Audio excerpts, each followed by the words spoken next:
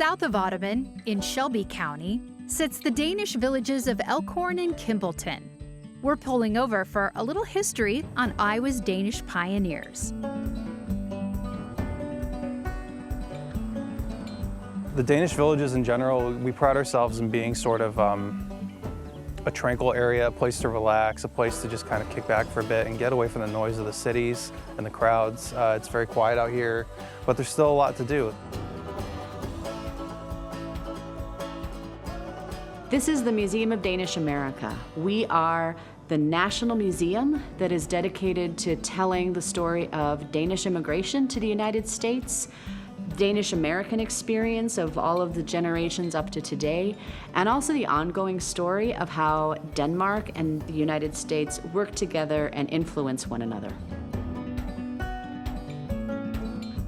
Our museum has something for everybody. We have some wonderful history and culture displays, changing exhibitions. We feature art, both historical art and contemporary art. We have a 35-acre campus, much of which is a restored prairie, so for bird watching and wandering and just enjoying the native ecosystem of this area of Iowa.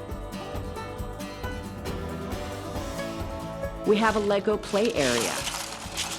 A lot of people don't know that Legos were started and continue to be headquartered in Denmark, and so we have an area where anyone, no age requirements, can play with Legos.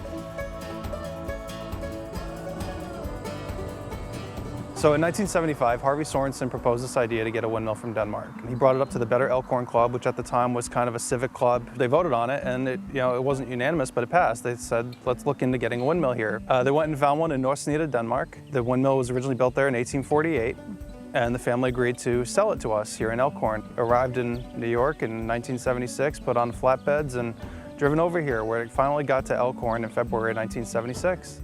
And finally, in November 1976, the sails were put on.